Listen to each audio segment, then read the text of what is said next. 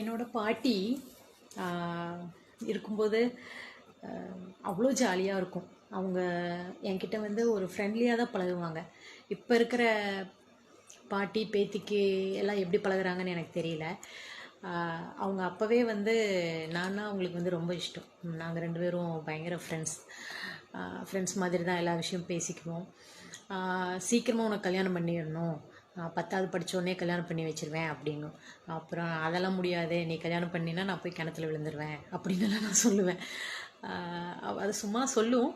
அப்புறம் ஒன்றும் சொல்லலை, அவள் படிக்கட்டும் அப்படிங்கிற மாதிரி தான் அம்மாட்ட சொன்னாங்க.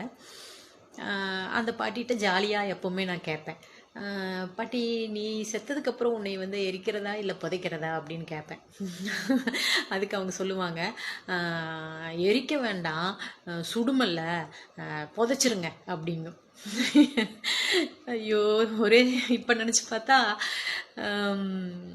அந்த காலங்கள் எல்லாம் திரும்ப வருமா? நினைவுகள் மட்டும்தான் இப்போ மீதி இருக்குது.